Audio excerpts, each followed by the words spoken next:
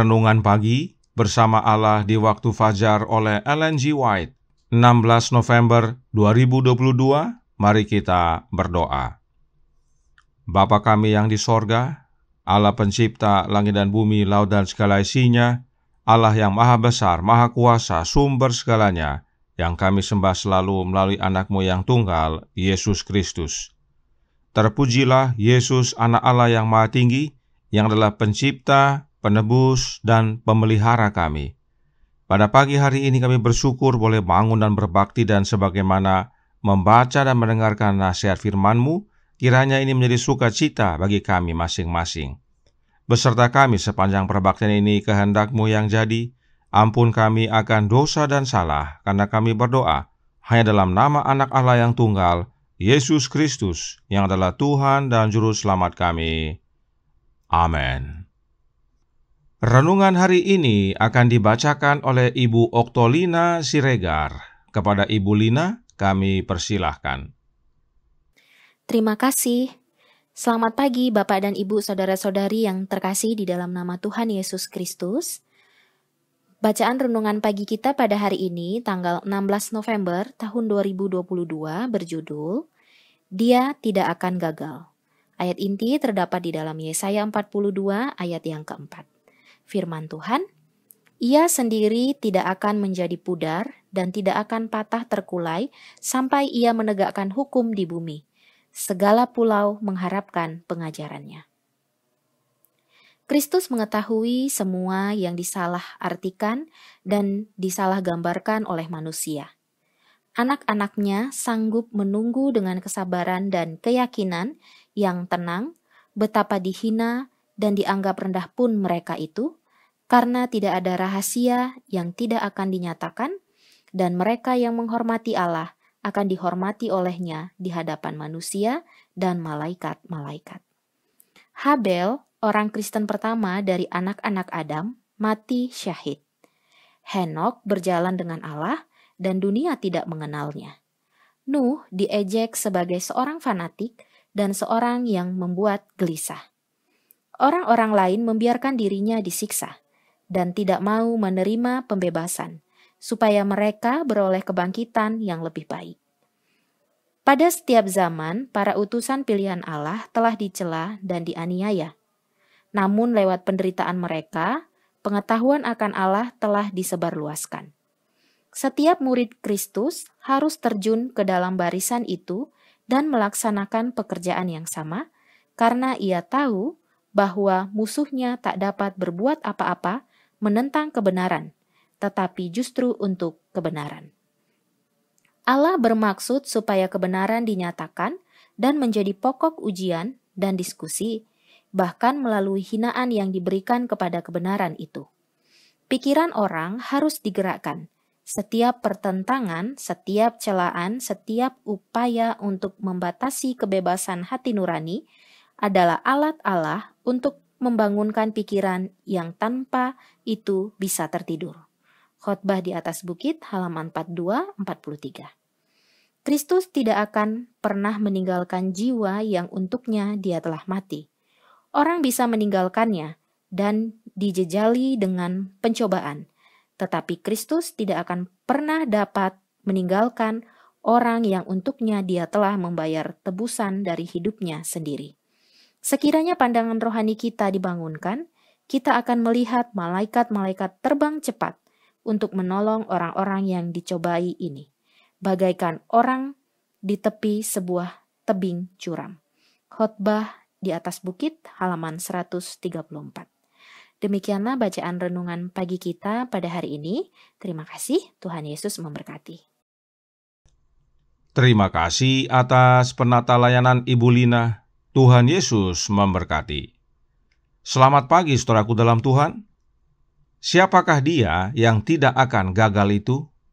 Ayat inti renungan hari ini diambil dari Yesaya 42 yang berbicara tentang Yesus Kristus.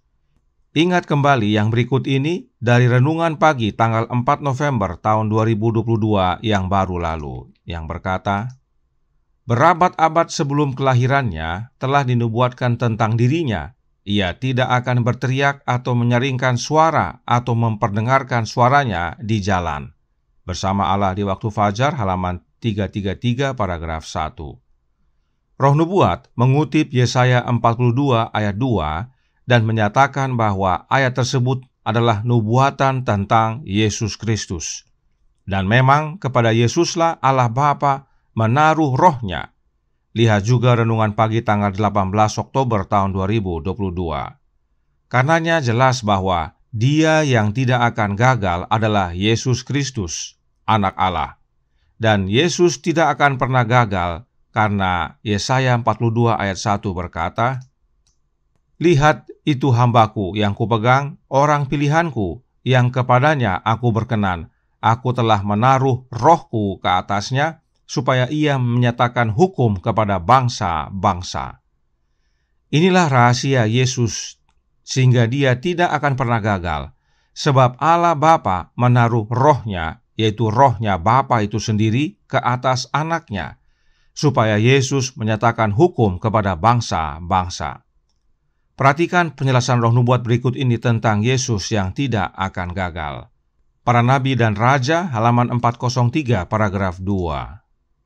Nubuatan selanjutnya mengenai Mesias ialah, Ia sendiri tidak akan menjadi pudar dan tidak akan patah terkulai, sampai Ia menegakkan hukum di bumi. Segala pulau mengharapkan pengajarannya. Anak Allah akan memberi pengajarannya yang besar dan mulia. Ayat 4 dan 21.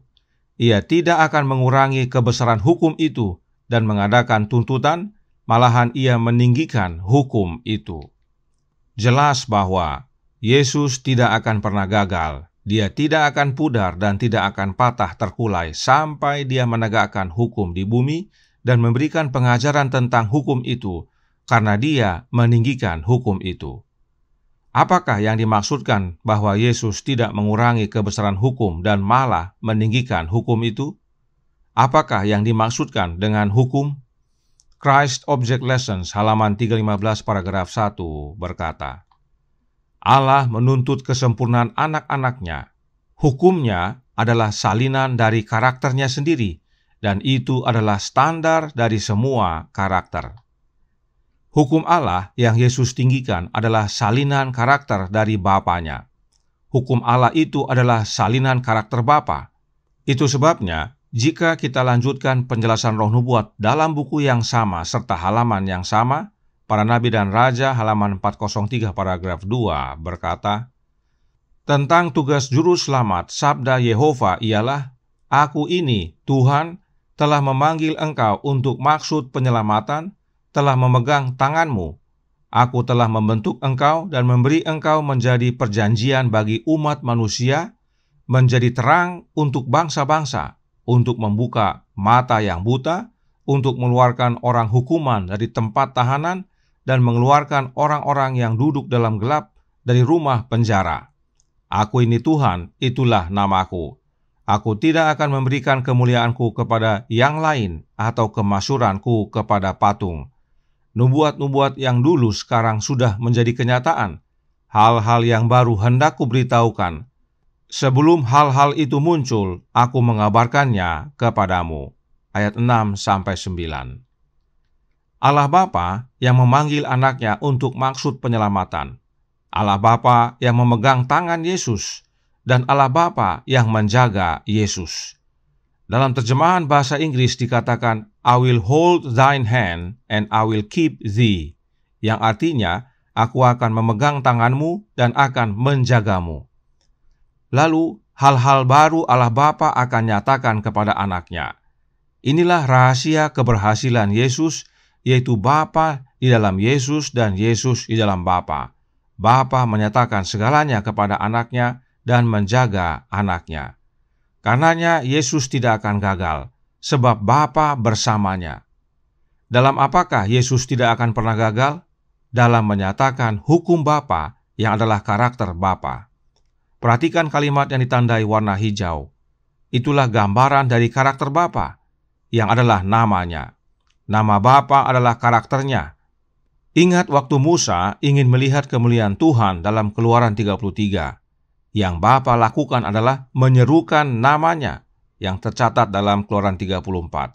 Sebab nama dan kemuliaan Bapa adalah karakternya. Yesus tidak pernah gagal untuk menyatakan karakter Bapa dalam kehidupannya. Itu sebabnya Yesaya berkata dalam Yesaya 42 ayat 3 berbunyi, "Buluh yang patah terkulai tidak akan diputuskannya, dan sumbu yang pudar nyalanya tidak akan dipadamkannya. Tetapi dengan setia ia akan menyatakan hukum." Apakah maksudnya ayat ini? Maksudnya adalah Yesus tidak akan tinggalkan mereka yang menderita dan lemah, tetapi dengan setia menyatakan hukum, yaitu menyatakan karakter Bapanya. Itu sebabnya Roh Nubuat berkata dalam Ministry to the Cities halaman 129 paragraf 1. Hati yang berdetak bersama dengan hatinya yang penuh kasih yang tak terbatas akan memberikan simpati kepada setiap jiwa yang membutuhkan dan akan menunjukkan bahwa ia memiliki pikiran Kristus. Buluh yang patah terkulai tidak akan diputuskannya, dan sumbu yang pudar nyalanya tidak akan dipadamkannya. Setiap jiwa yang menderita berhak atas simpati orang lain, dan mereka yang dijiwai dengan kasih Kristus, dipenuhi dengan kasih sayang, kelembutan, dan belas kasihannya, akan menanggapi setiap permohonan simpati mereka. Inilah karakter Bapa yang dinyatakan di dalam anaknya. Setiap jiwa yang menderita, terkulai dan hampir padam tidak dibiarkan, tetapi menerima kasih sayang, kelembutan dan belas kasihan Allah. Dan Yesus tidak pernah gagal dalam menghidupkan kehendak Bapanya ini. Sebab bersama Allah di waktu fajar halaman 345 paragraf 2 berkata, Kristus tidak akan pernah meninggalkan jiwa yang untuknya dia telah mati. Kita bisa saja tinggalkan Yesus, tetapi Yesus tidak pernah dapat meninggalkan orang yang untuknya Yesus telah bayar dengan tebusan hidupnya sendiri. Dan tidak hanya itu, malaikat sorga juga terbang cepat untuk menolong orang-orang yang dicobai. Itu semua karena Yesus. Karenanya, jangan ragu saudaraku dalam Tuhan. Yesus tidak pernah akan gagal untuk tolong dan sembuhkan kita, dan Dia sudah menang serta berhasil selamatkan kita. Adakah kita mau menerimanya? Tuhan memberkati, saya bawa dalam nama Yesus. Amin. Mari kita berdoa. Bapa kami yang di sorga, Allah pencipta langit dan bumi, laut dan segala isinya, Allah yang maha besar, maha kuasa, sumber segalanya, yang kami sembah selalu melalui anak-Mu yang tunggal, Yesus Kristus. Terima kasih atas nasihat yang menguatkan pada pagi hari ini, bahwa Yesus tidak akan gagal dalam menyatakan karakter Bapanya, dalam menghidupkan kehidupan penurutan akan hukum Bapanya.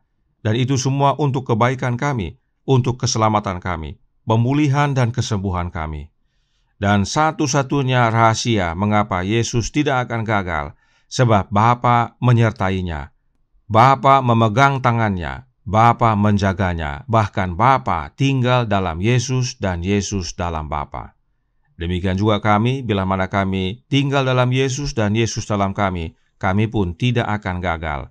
Kami akan berhasil sebagaimana Yesus menyampaikan kabar keselamatan kepada sesama dan menuntun mereka kembali kepadamu, ya Bapa. Karenanya tolong kami, ya Bapa, curahkan roh anak-Mu dalam hati ini, sebab hanya oleh kehadiran roh Kristus dalam hati kami menjadi pemenang-pemenang sebagaimana Kristus menang. Beserta kami sepanjang hari ini kehendak-Mu yang jadi, ampun kami akan dosa dan salah, karena kami berdoa hanya dalam nama anak Allah yang tunggal, Yesus Kristus, yang adalah Tuhan dan Juru Selamat kami. Amin.